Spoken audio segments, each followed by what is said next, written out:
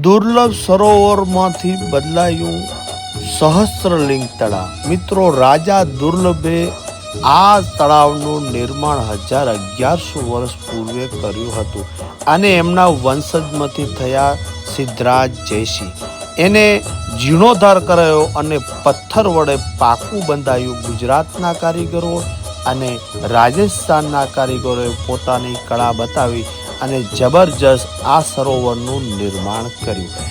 સહસ્ત્રલિંગ તળાવ એટલે શિવ ભગવાનના શિવલિંગ અઢળક આમાં પધરાયેલા હતા। કોઈ કહે છે 100 હતા, કોઈ કહે છે કે 100થી વધારે હતા, પણ ગુજરાતના કારીગરોએ જે કળા બતાવી છે એનો જોટો જગતમાં ક્યાંય નથી જડે એમ। એટલે 20% આ તળાવ ઓપન છે, પણ જે ટાઈમે આખું કેટલું ભવ્ય અને સુંદર દેખાતું હશે એ આપણે મિત્રો કલ્પના ન કરી શકીએ।